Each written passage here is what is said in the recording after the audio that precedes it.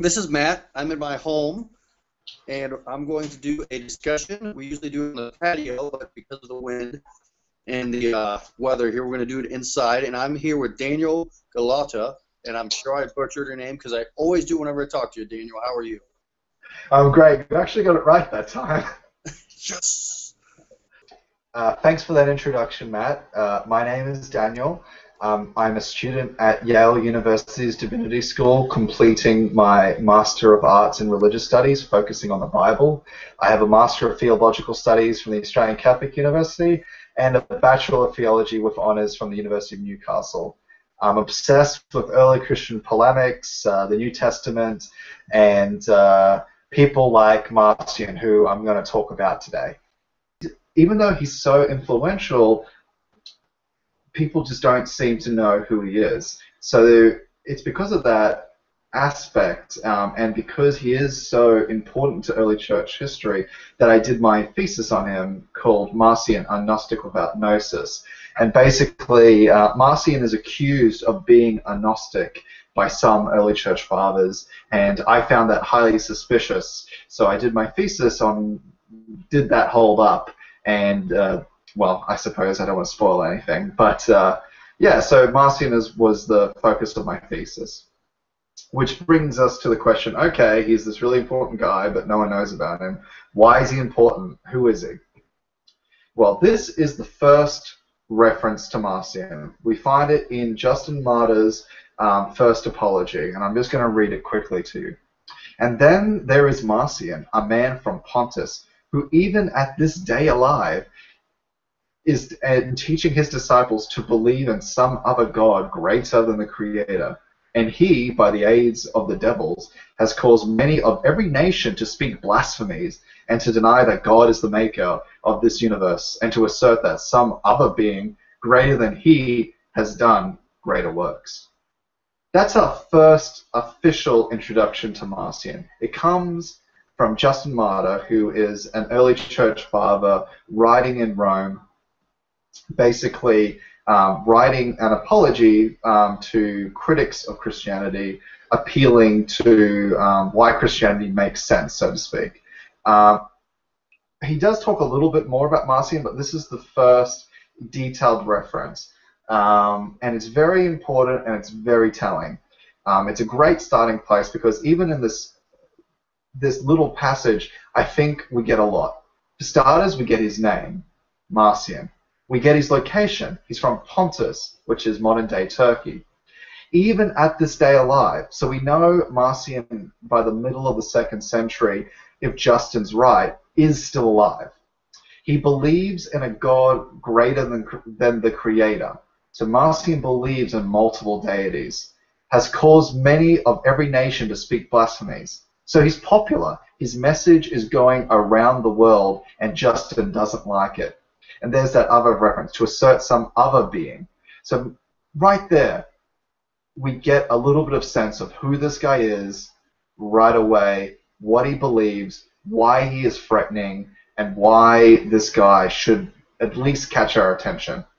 I just wanted to back up a little bit. The reason why I say alleged first reference is because some scholars, like R. Joseph Hoffman, believe that there are references to Marcion in earlier Christian writings, but they're just indirect. Regardless, this is our first direct reference to Marcion. So I just want to make that clear. So when we look at Marcion, apart from Justin, who else do we have? Well, we have Tertullian, who wrote this humongous volume, 5 books in total, called, well, Against Marcion. That was written towards the end of the 3rd century. It's one of our most important works because it details in great details about what Marcion supposedly believed and did. Tertullian goes to great lengths to basically show why Marcion is wrong up and down the line. Irenaeus, writing a little bit before Tertullian, writes his big, we probably know it Against Heresies, but the official title is called On the Detection and Overthrow of So-Called Gnosis. This is where the first reference to Marcionism as a Gnostic is found by Irenaeus. And Irenaeus, in listing up and down all these different heresies, eventually he gets to Marcion, and he provides us with a lot of details. Jumping right ahead, we have Epiphanes' medicine chest, which also gives us a lot of information, not so much about Marcion, but about Marcionism, how it survived throughout the ages, what the beliefs have changed. It gives us references to what the Marcionite church is doing at that stage. We also get Hippolytus, who, similar to Irenaeus, writes against a lot of different heresies, and Marcion is one that he spends quite a bit of time on. And he's writing towards the middle of the 3rd century. There are other references to Marcion in Eusebius and Ignatius. Marcion pops up all over the place, but these guys are the most important because they're the most detailed, they provide a lot of information, and they really focus on Marcion. Other references are much more passing, like and to those heretics who follow Marcion, and that's about it. Like, we don't really have that much. They basically, cast hellfire on them. People like Tertullian and Justin are telling us things like where he's from, what he believes, how people are being convinced by it, how he comes to the conclusions he comes to. What does the church after Marcion do? That's why these guys are a bit more important. But you may have noticed something. There's a lot of problems. First of all, nothing from Marcion's own hand has survived, and from his earliest followers. There are maybe some fragments here and there that may come from later Marcionite churches, but they're a bit of a debate about the authenticity of them. Some early church writers claim directly to quote Marcion or directly write from what Marcion had wrote, but that's also disputed. But as you can see, all of our sources come from his enemies, and that's problematic. It's sort of like the only stuff we would know about Barack Obama was written by Republicans. You can tell that it's going to have some biases to it. And furthermore, Justin's our only contemporary, well, possibly our only contemporary witness. Everybody else writes well after Marcion had died. So what we're getting about Marcion and his beliefs and his activities are traditions and legends and gossip, and or maybe just inventions for all we know. Justin's the only one who says, who still is alive. So he's the only guy who is in the same timeline that we have. That and some of the details are clearly polemical. Some of the stuff they write, as we'll later see, clearly has an agenda.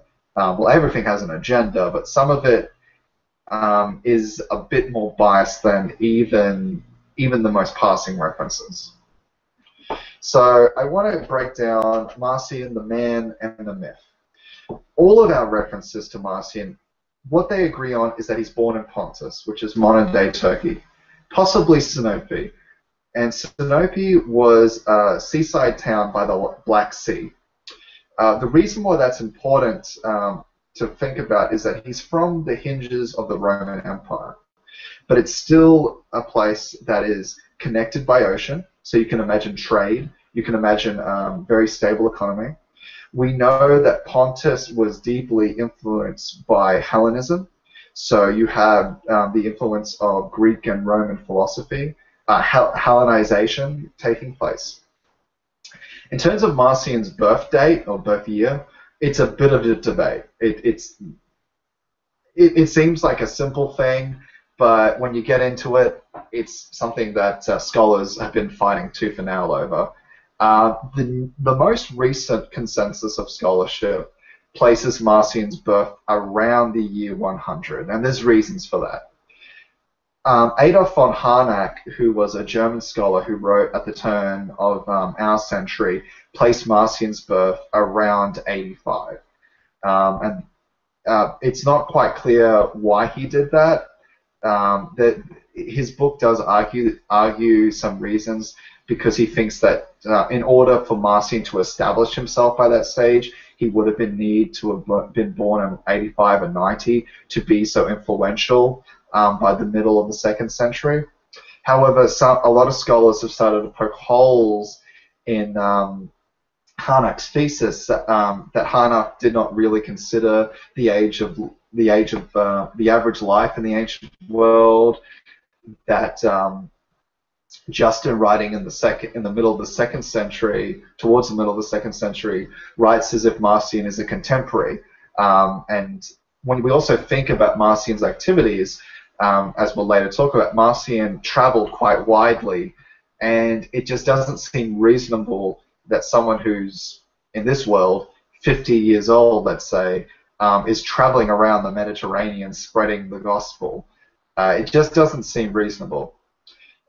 Joseph Hossmann, who I mentioned before, who thought that were earlier references to Marcion indirectly in the letters of Ignatius of Antioch, he places Marcion's birth around the year 70, which was very controversial when his thesis came out.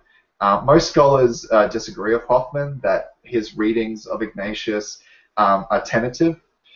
Sebastian Moll, who wrote one of the most recent definitive books, places the year of Marcion's birth around the year 100, 110.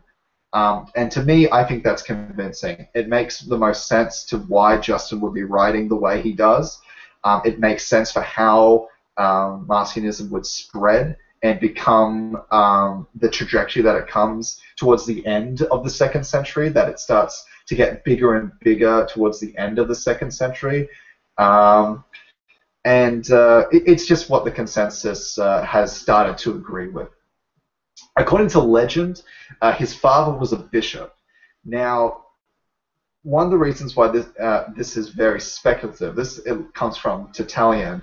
Tertullian tells us that his father was a bishop and that he kicked his own son out of his own church because Marcion sexually assaulted a virgin in the church.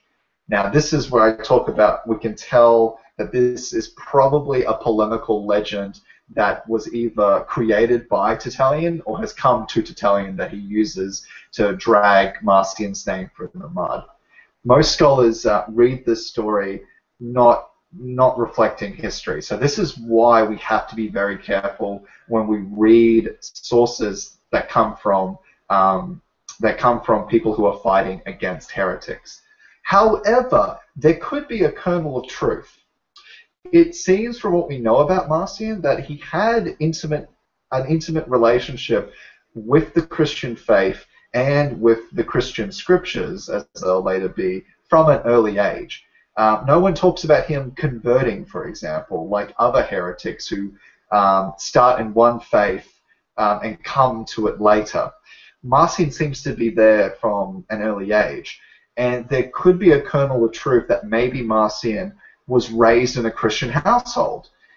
His father probably wasn't a bishop, but we know that Christianity went through that area. It's the area close to where Paul traveled in Galatia, so there were already Christian communities around the Black Sea and Pontus at that time in Asia Minor. Marcion is also, by multiple sources, usually associated with ships and sailors. It's a bit difficult to tell in what way he's associated.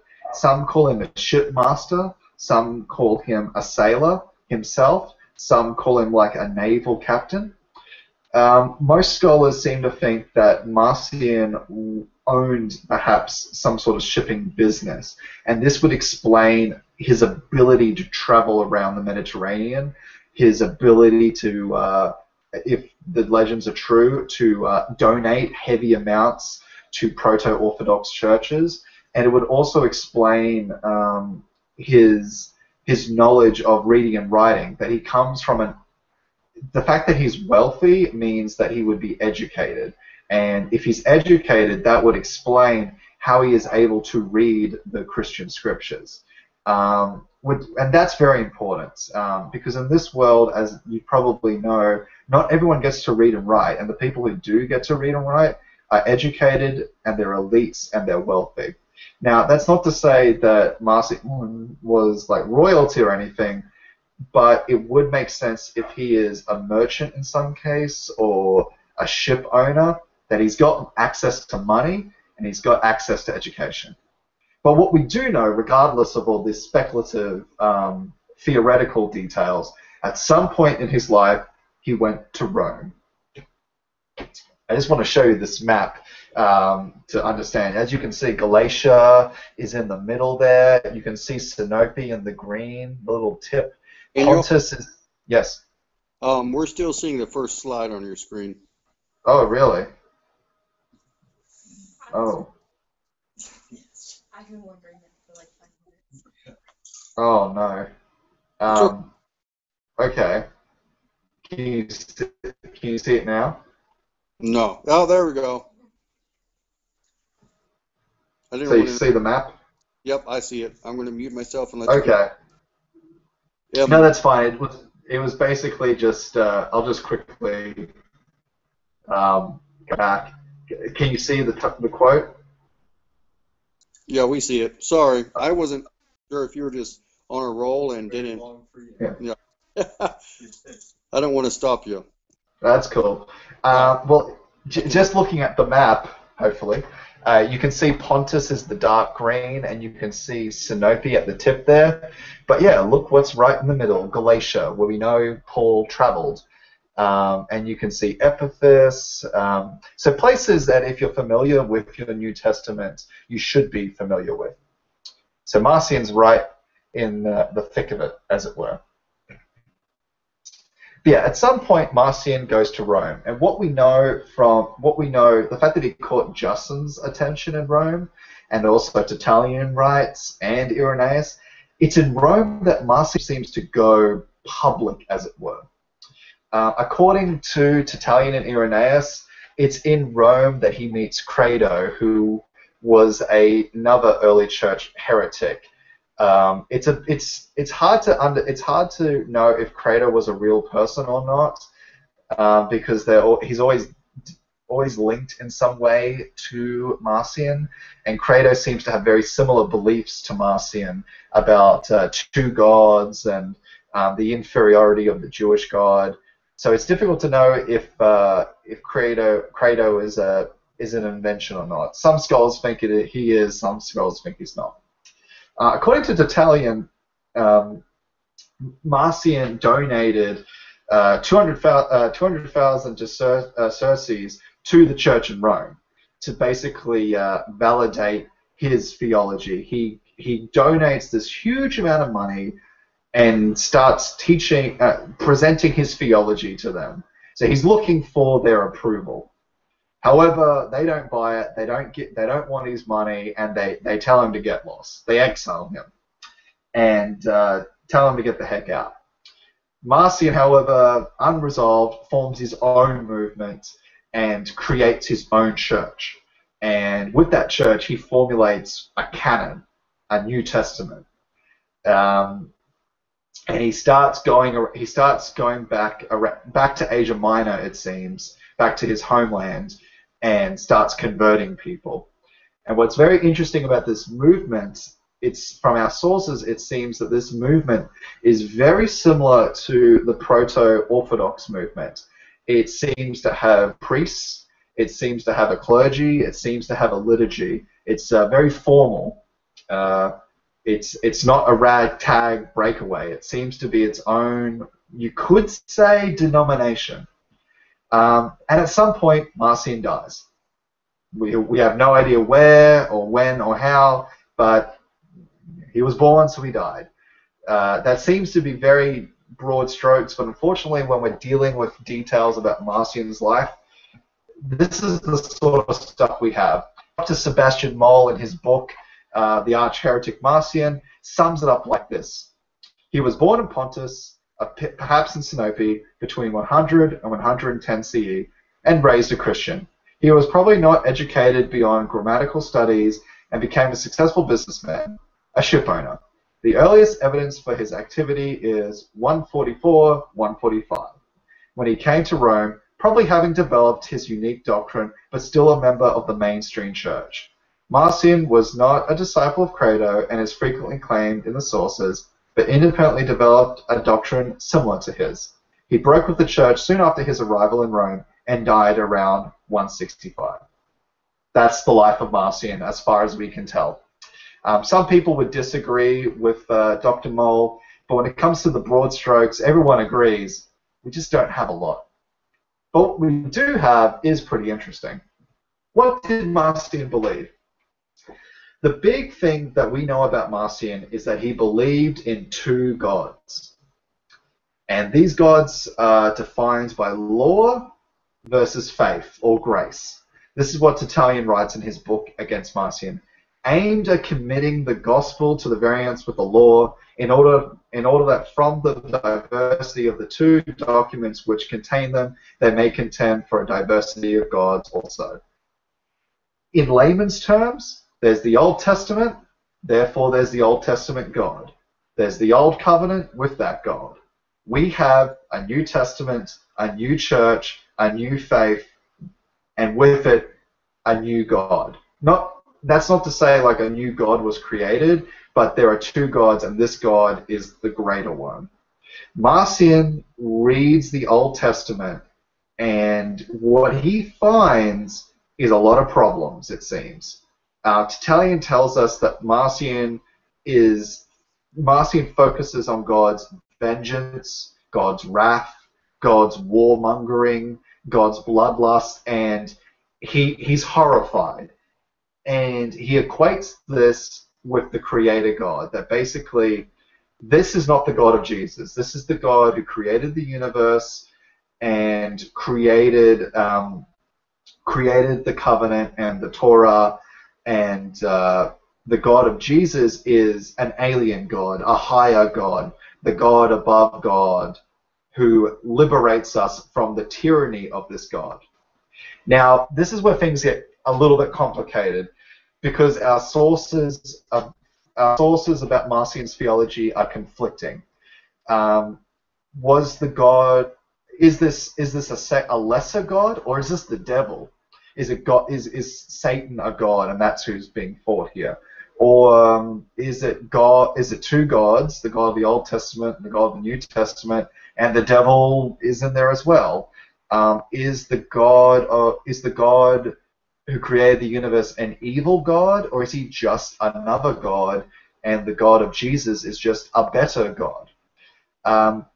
The sources get a little bit conflicting, and it seems that the early church had a struggle trying to figure this out. We scholars today have struggled figuring it out.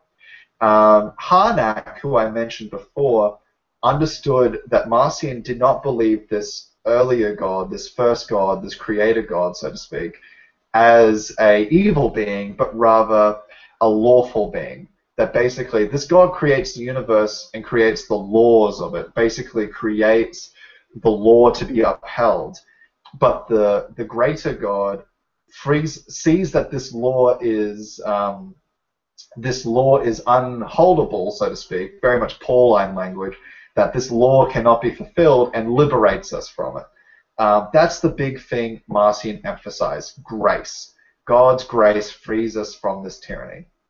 Other scholars, like Moll and myself actually, think that that's not how Marcion understood. That basically Marcion reads the Old Testament and sees evil. He sees that the God of the Jews is an evil, vindictive God. And one of the reasons why the law is so problematic is because no one can hold it.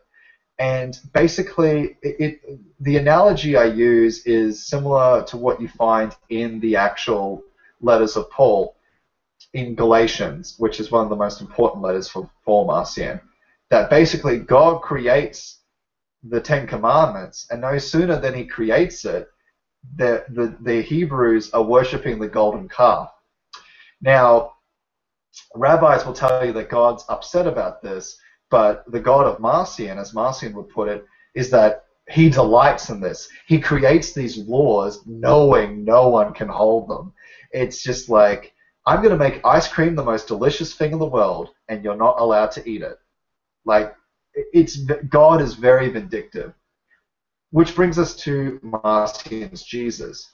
Marcion's Jesus is pure grace. Marcion's Jesus is the agent of this greater God. He is the liberator. He is the one who offers a means to escape the tyranny and the bondage of this evil God. But this is where things get a little bit confusing.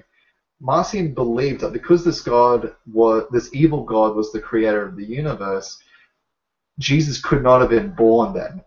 Rather, Jesus appeared, and only appeared to be human. Jesus had a phantasmal body, like a spiritually physical body. It's quite unclear exactly the mechanics of this theology, but from what Tertullian and Irenaeus tells us, it seems that he had similar ideas that Jesus only appeared. But the big thing for Marcion is faith. Faith in Jesus and the death and resurrection of Jesus that frees us from the slavery to sin and therefore the slavery to this evil God. And here's a little joke Tertullian says: "You may, I assure you, more easily find a man without a heart and without brains, like Marcion himself, than without a body, like Marcion's Christ." So a little bit of a oh snap from Tertullian. But what's really interesting, what people find very interesting about Marcion was his New Testament, which is on record the earliest collection of Christian documents we have. Now, this seems a bit hard for people to understand, but at this point, there were parts of the Roman Empire where Christians were, if we can imagine, where the only document they know might be the Gospel of Luke or the Gospel of Mark. Like, that's that community's document. That's the only thing they've got. It's not like the internet where we have all of these sources at our fingertips. So when these new documents come along, people want to copy them and preserve them. Bart Ehrman talks about this in many of his books, but Misquoting Jesus talks about the appeal of preserving these documents when people came into town with them. Marcion's New Testament seems to have been divided into two parts: the Evangelion, which means the Gospel, and the Apostolicon, which means the Apostle. Basically, you've got the Gospel of Luke, it appears, and the writings of Paul, being Galatians, 1 and 2 Corinthians, Romans, and 1 and 2 Thessalonians, Ephesians, Colossians, Philippians, and Philemon. And at the beginning, it appears that there was a preface of Marcion's Antitheses, which appears to be his sort of like rules for understanding, sort of like in your study versions of the Bible, scholars writing advice. This was basically Marcion's advice to how to interpret and read the New Testament correctly. But it is interesting that we don't see Revelations, we don't see the Gospel of John or Mark, we don't see Hebrews. It's interesting what's missing. And it seems that it's Marcion's collection of this canon, this authoritative collection of documents, that spurs the early church to start to think about what is authoritative, what is important to us, what are we going to use in our canon, what do we want to use. But it raises a lot of interesting questions, because it seems that Marcion's New Testament wasn't quite like ours, and this raises a lot of questions. Was Marcion a collector or an editor? According to the patristics, that's the early church fathers, Marcion edited Luke and Paul. That, according to Tertullian, Marcion corrupts Luke. One of the words he even talks about is like he is a cutter. He uses the scissors, and the image we get is that Marcion is reading Paul and Luke and is cutting out, literally with scissors, any signs of writings that he does not approve of. But this becomes problematic when we read Marcion's New Testament. Now, I want to preface this by reconstructions. Tertullian and Epiphanes' medicine chest and Irenaeus quote scripture according to Marcion and compare it with their own. And this is why Marcion is very important for textual critics, because we can kind of see already variations in New Testament documents. So, for example, Tertullian will say, Marcion says this, I say this. And we can compare the two. And this has promoted several scholars to rethink that maybe the patristics are not being honest, or they're holding back information. A few scholars, and this is called the Squigler hypothesis. I'm probably butchering his name. His thesis is that Marcion actually had an earlier edition of Luke, and Luke, the author who we call Luke, not the apostle Luke, of course, the disciple of Luke, actually adapted his gospel, and what we see missing are later proto-Orthodox additions to Marcion's, what we could call proto-Luke or pre-Luke, as some scholars call it. Another hypothesis is the Slammer hypothesis, that actually what we're facing is variations from an early time, that already by the time they get in the hands of Tertullian, so to speak, there's already different copies. That Marcion and canonical Luke, as we know it, are different versions of the same document. That basically the Gospel of Luke that the Gospel of Luke that Marcion has coming from Pontus is different from the Gospel of Luke that someone has in Rome.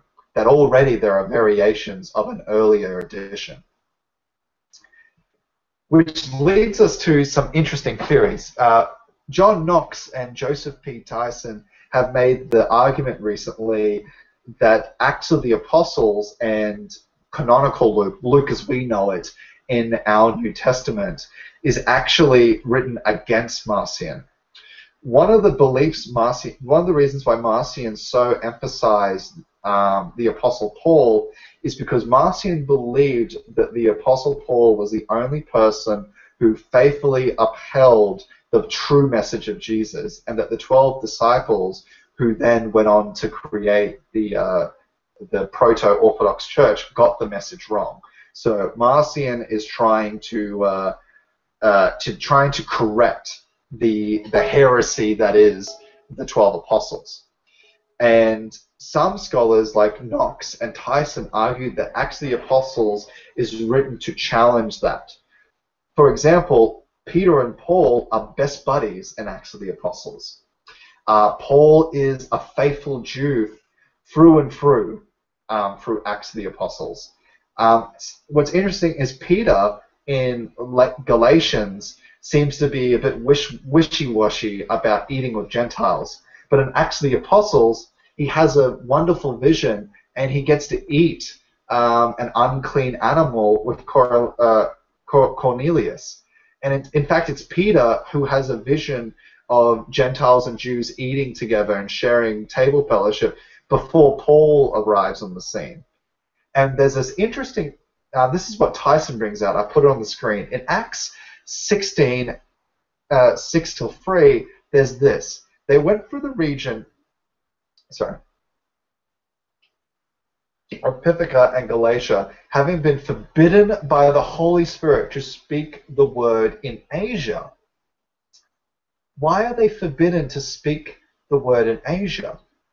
And the Spirit of Jesus did not allow them. So, passing Myssa, they went down to Taurus. It's a very weird line, and no one's been able to figure it out.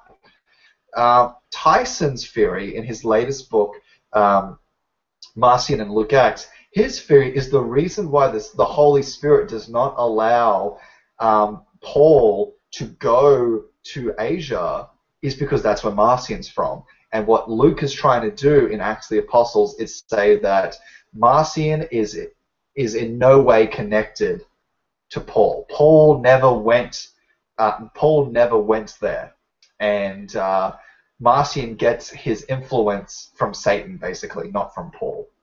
Interesting theory, nonetheless. Scholars are debating it, but it's interesting to consider. And was Marcion a Gnostic? Irenaeus seems to think that he was, and this is where my thesis comes in, and I say no up and down the line. What Irenaeus likes to do in his book is talk about what you could call a genealogy of heresy. That basically all these heresies are in this beautiful genealogy and they all beget one another. And funnily enough, they all go back to Satan. So Satan influences Simon Magus. Simon Magus influences Credo. Credo influences Marcion. Marcion influences his pupils. And he compares this with the genealogy of holiness and orthodoxy, that Jesus gives the keys to the kingdom to Peter, and then Peter anoints Clement, and Clement. So you can see there are these two genealogies, these two lines of authority, one from Jesus, one from Satan. So you can kind of see what he's playing off here. But when we look at what Marcion believed, he has no influence in mystery or wisdom. From what we know of the Gnostics, they were all about secret wisdom from Jesus as a means to escape the world. Marcion still talks about faith. It's faith in the death of Jesus that saves you. What's also interesting is that Marcion, unlike most Gnostics, went to secret teachings and secret documents like the Gospel of Thomas or the Gospel of Judas. He doesn't do any of that.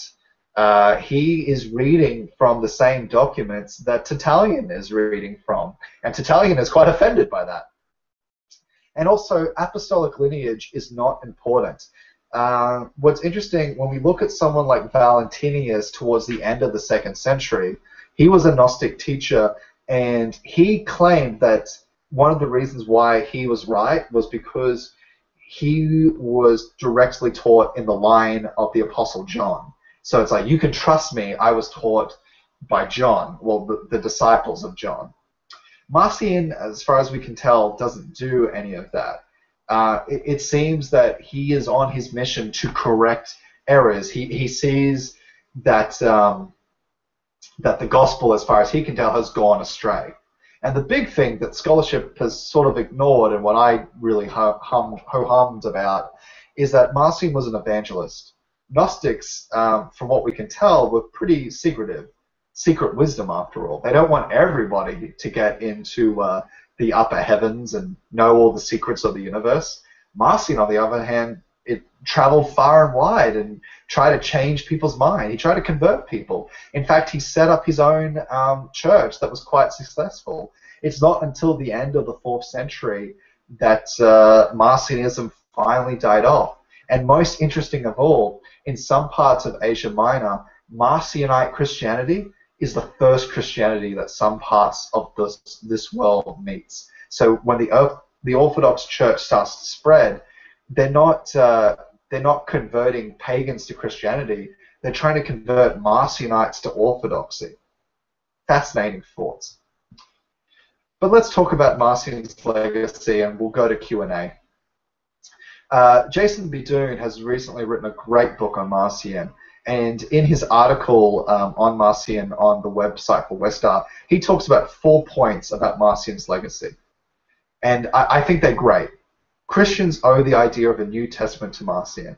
Marcion's the first guy to collect these documents. Sure, other churches had collections, but Marcion's the guy who brings it together and adds a weight of authority that wasn't there before, who brings them together in a canonical sense, that these texts and not those texts, them versus us, this, not that. He's the guy who comes up with that. And we owe him, just in the Western world, for that idea. Christians owe to Marcion the particular form of the New Testament. In many ways, that's true, because just the format itself, the fact that we have a gospel first followed by letters, and not even just that, that letters could have this weight as well. Because, for example, the letters of Clement aren't in the New Testament. So why them and not they? You know, those things are interesting to think about. Christians owe to Marcion the promised voice of Paul in the New Testament to Marcion. Paul was definitely a big figure at the birth of Christianity, but in the early 2nd century, he's hardly ever referenced. And when he is, sometimes it's not in the best of light. It seems that Marcion really wanted to stop that, and he really wanted to bring Paul to the forefront.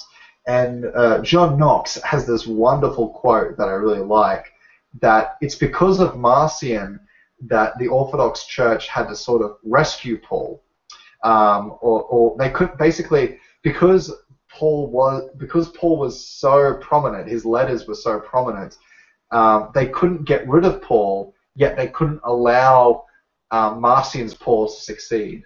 It's a very interesting idea to think that while Paul's legacy had continued, it had changed in this way. And finally, Christians owe to Marcion a Christian identity built on a special scripture all of their own. Before Marcion, many Christians had no problem reading the Hebrew Bible. Other Christians did.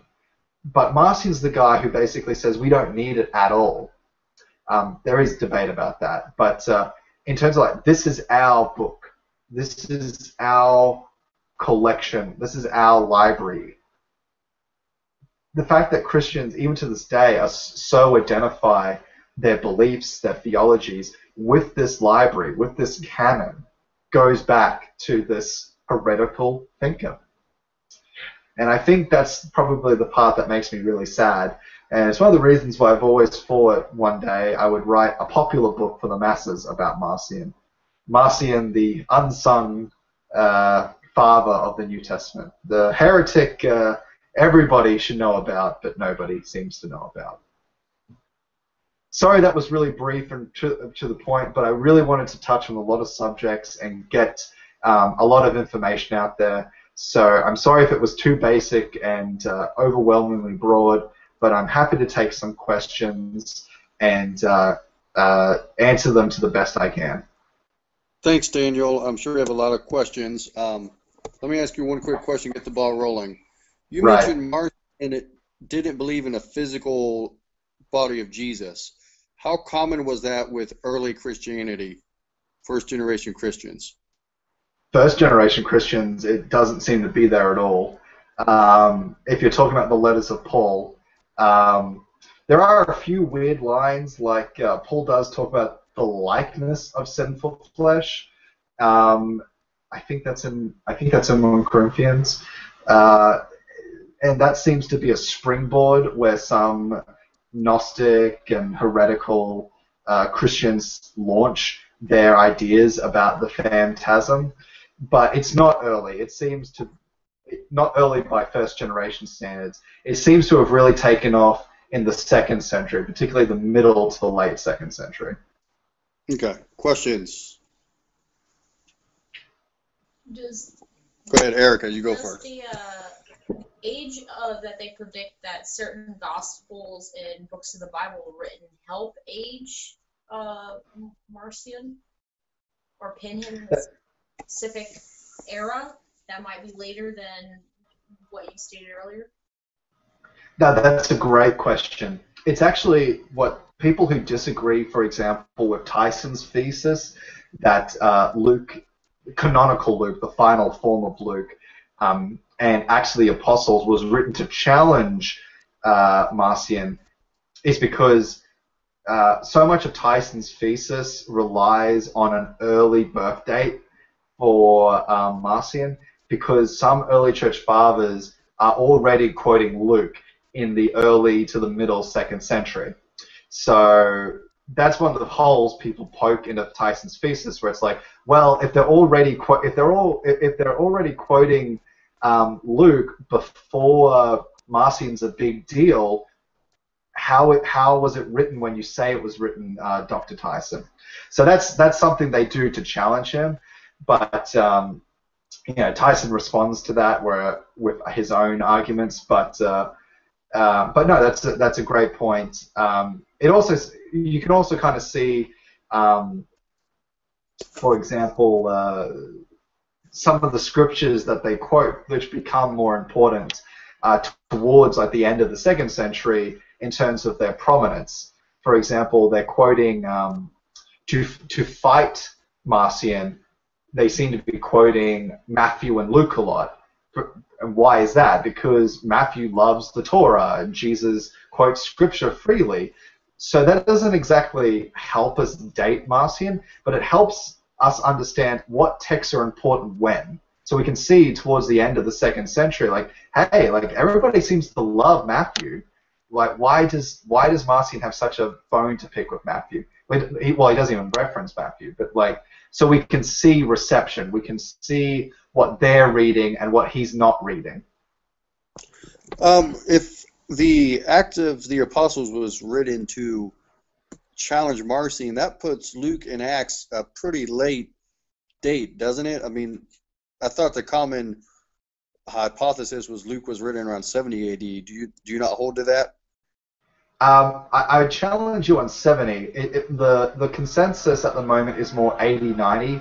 I know that's only 10 years, but you know, the common consensus is 80 to 90. However, the Westar Institute that hosted the Jesus Seminar has recently finished the Acts Seminar, and they argue that Luke is a 2nd century document, early 2nd century, about 110 to 120 is when they argue, and they base that on Richard Purvo is the scholar who really trumped that argument.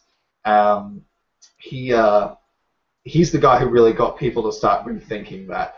So while the consensus is still 80-90, there is what you could say a second major voice that argues for a late date of 110 to 120. So you would date Luke later than John? Me personally, I'm on the fence. I'm happy to say that I don't know. I'm in the early stages of this investigation. I understand a lot of Purvo and Tyson's arguments, and the Acts Seminar, I think they make a lot of great points. However, I am engaging the counter arguments, which I did my training in, which was, you know, the consensus of 80-90.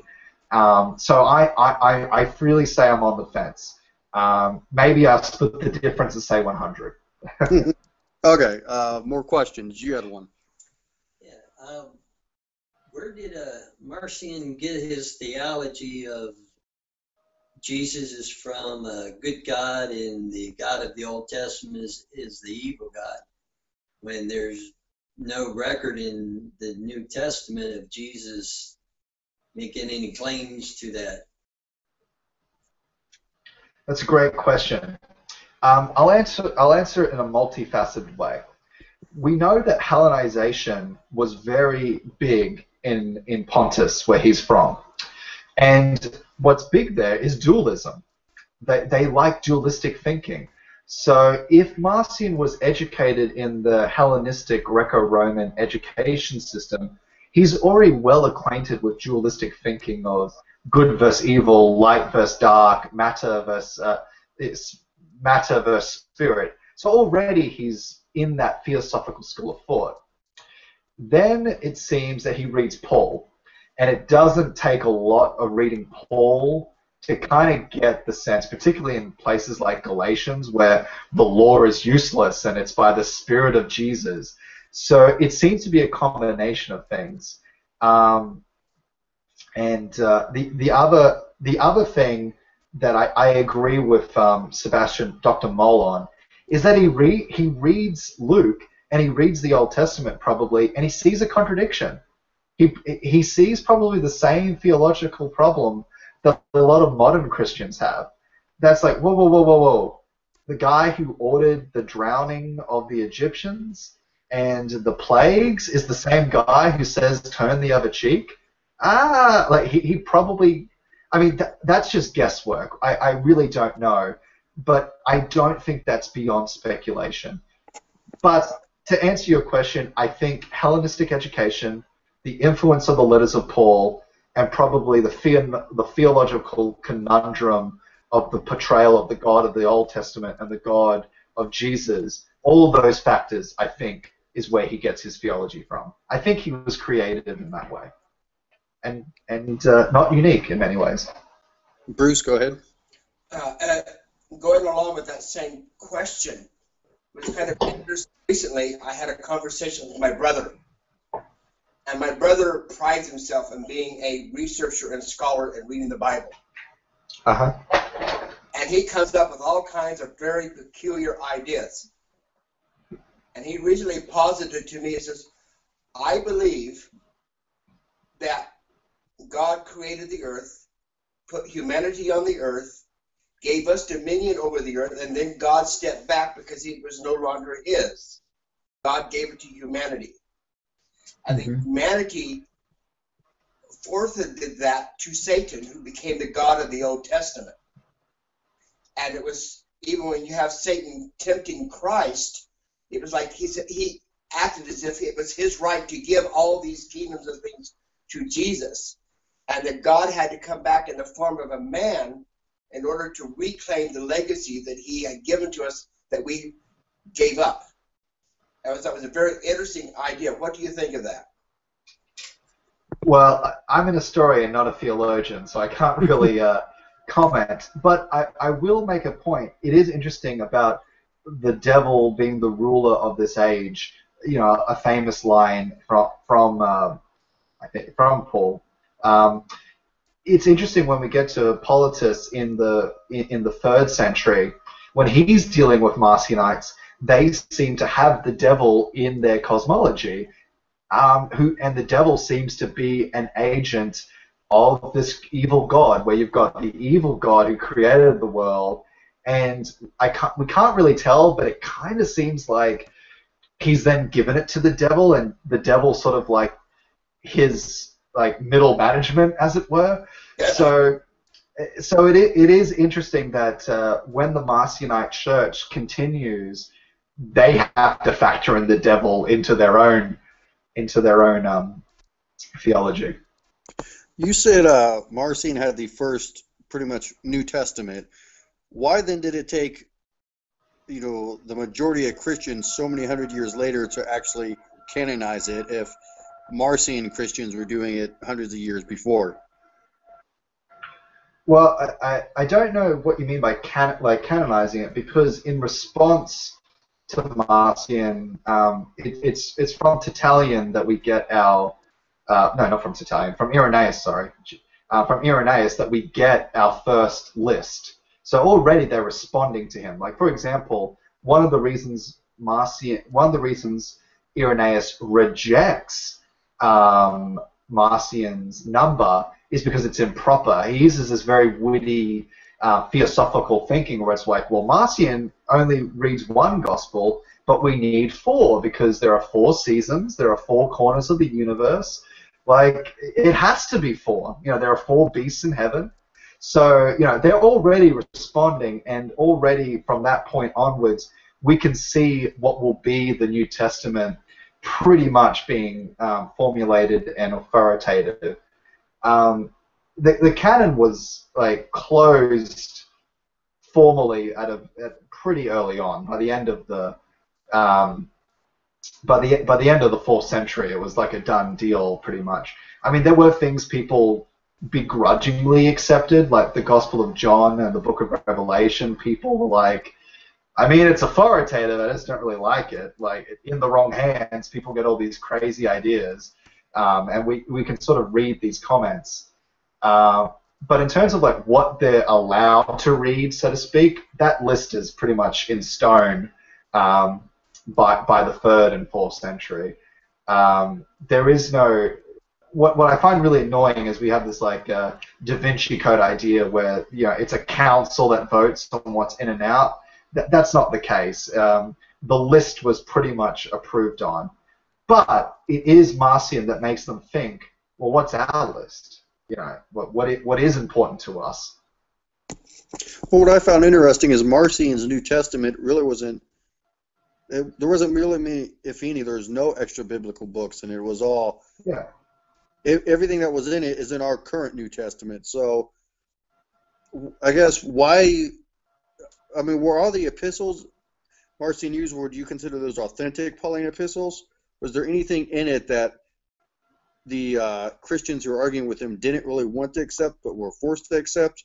Because it seems like the books were the same. How did they get such drastic doctrine?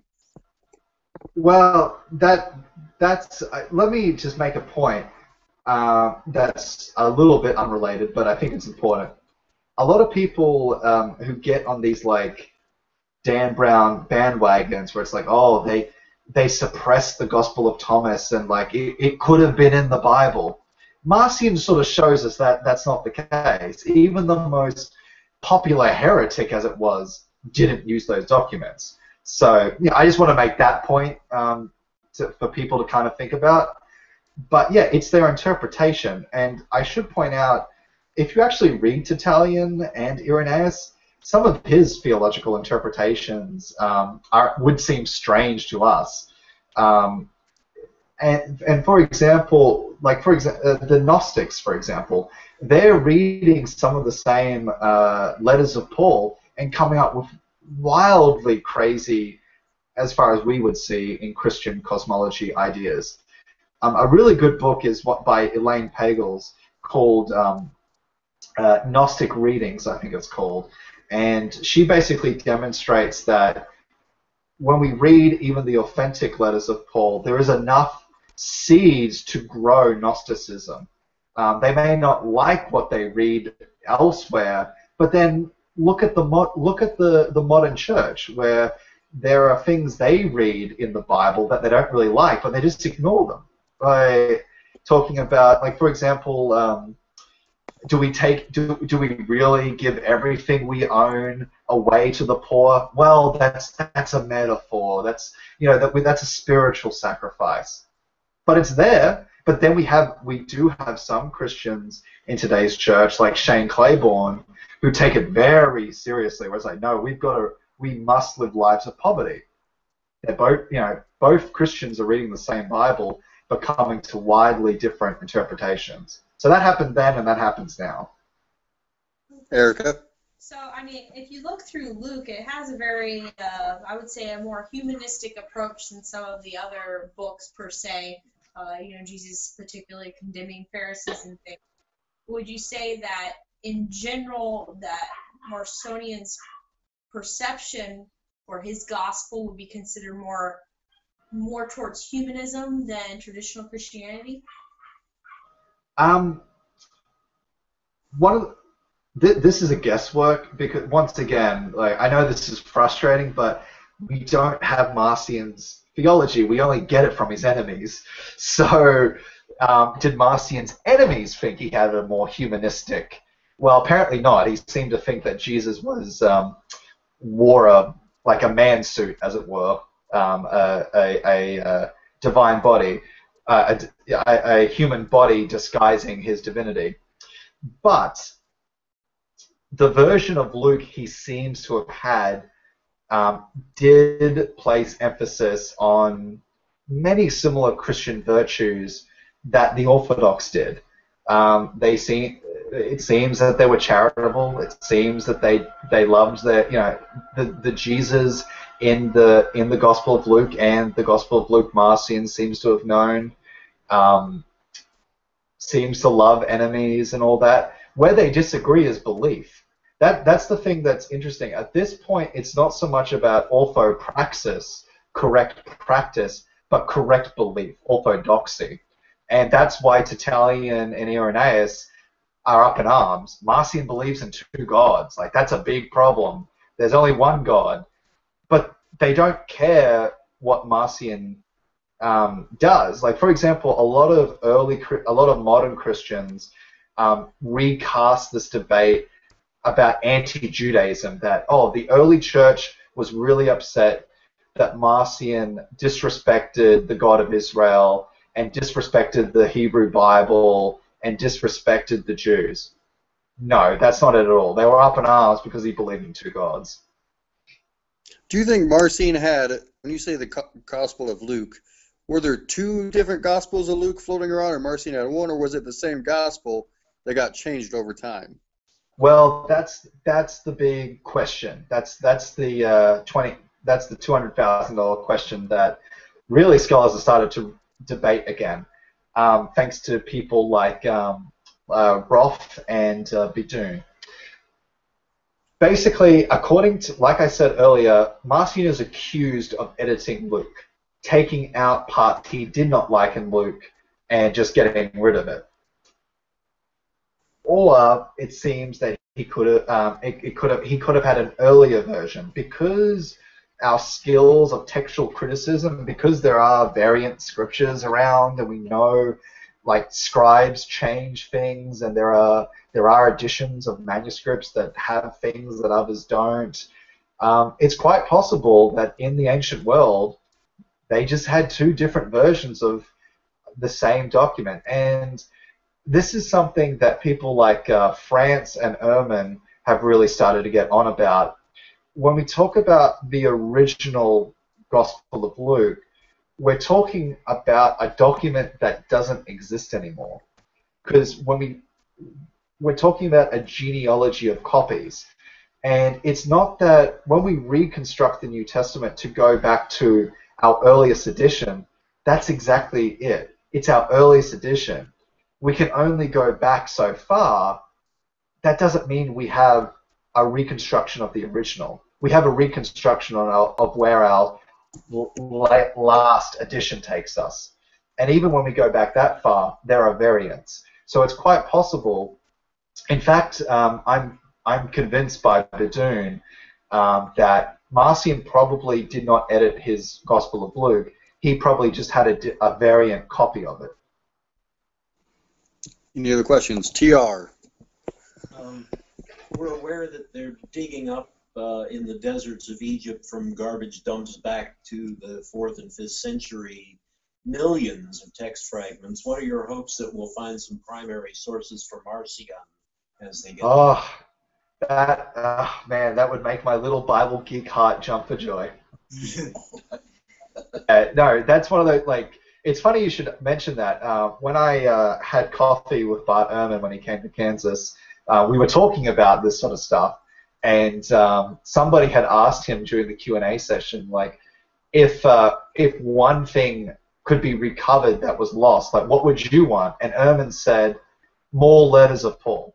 Like, that's what he would want, like, Second Romans, Second Galatians, or Corinthians 1.5, you know, like, that's what he would want. More early, authentic Pauline letters.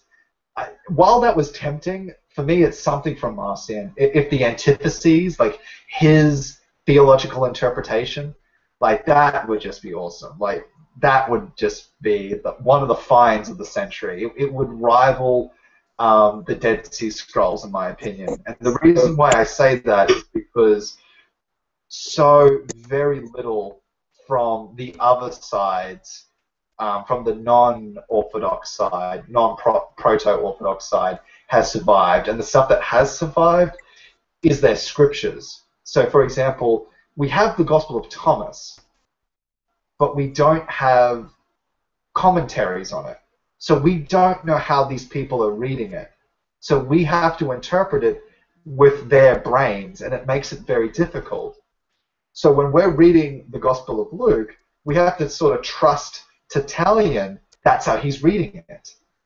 If the antitheses rocked up, we have a copy of how Marcion is reading it. Questions? Nope. All right, I have more question for you, Daniel. Who would win in a debate, you or David Fitzgerald?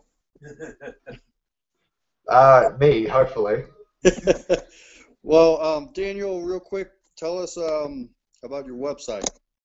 Right, I'm just going to put the screen share back on and do some shameless self-promotion.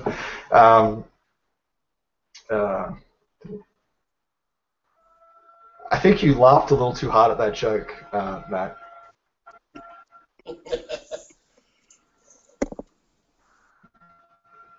Can you guys see that? Yeah. It's on the first. Okay. Yeah. My website is www.danielngullotta.com. It's my blog where I actively write articles of roughly 1,000 words aimed at interested lay people who want to learn about the New Testament and Christian origins and the birth of Christianity. I also do book reviews there. Occasionally I do giveaways and prizes. And if I do segments like this or interviews, you can find all of my stuff there. If you're interested in learning about Marcion, you can read my thesis where I argue that Marcion was not a Gnostic, and you can access my academic journals there that are for free. Some of the ones are behind paywalls, I'm sorry. And probably my final bit of shameless self-promotion, I have a GoFundMe. As Matt mentioned, I was accepted to Yale University's Divinity School, and they offered me a very generous scholarship, but unfortunately it was not a full scholarship. And being a humanist, being a non-Christian in the field of biblical studies, there are very, very, very, very few scholarships I can or am allowed to apply for. Most of the scholarships are for Christians only. So I've set up a GoFundMe in an effort to try and raise some funds and bashing off the demons of debt. And any help that you could give or just sharing would really go a long way with my family. All right. Well, thank you very much for your time, Dean. I really appreciate it. I know you're a busy guy. Thank you. No, I appreciate it. And before you go, I do have some on my website tomorrow. are going to be some books. I've created a list of 5 books people can read if they want to learn about Marcion. And they're aimed at interested lay people. Some of them are a little bit more advanced than others. But one of the books for you guys, so you don't have to wait tomorrow, if you're interested in reading probably what is the best crash course to Marcion, I've mentioned him a few times, Jason Bedoon's The First New Testament. It includes a great introduction to the life of Marcion and his own reconstruction of Marcion's version of the New Testament. Fascinating read if you want to read a New Testament that's similar but a little different. If you want to read the primary sources about Marcion, they're humongous and they're very, very long and detailed. Or you can get yourself this little reader called The Earliest Christian Heretics. And there's a chapter on Marcion that takes the most important references from our primary sources from the early church fathers in a string of paragraphs, so you can get the highlights from people like Justin, Tertullian, Hippolytus, so you can get the ground information. And the last one that I own is Marcion and Luke Acts by Joseph B. Tyson. If you're intrigued by what is the most provocative theory in recent times and is starting to change people's minds about the dating of Acts of the Apostles, the importance of Marcion in early Christianity, and the purpose of why Luke wrote Acts of the Apostles, and who Marcion was as a person, this volume, Luke and Marcion, A Defining Struggle, is a really cool read, and it's probably the most one of the most contemporary, up-to-date. You'll be really up-to-date with the debate if you read this. So there are some few recommendations, and there'll be some more tomorrow on my website. Well, thank you again very much, Daniel. You gave me a lot to think about.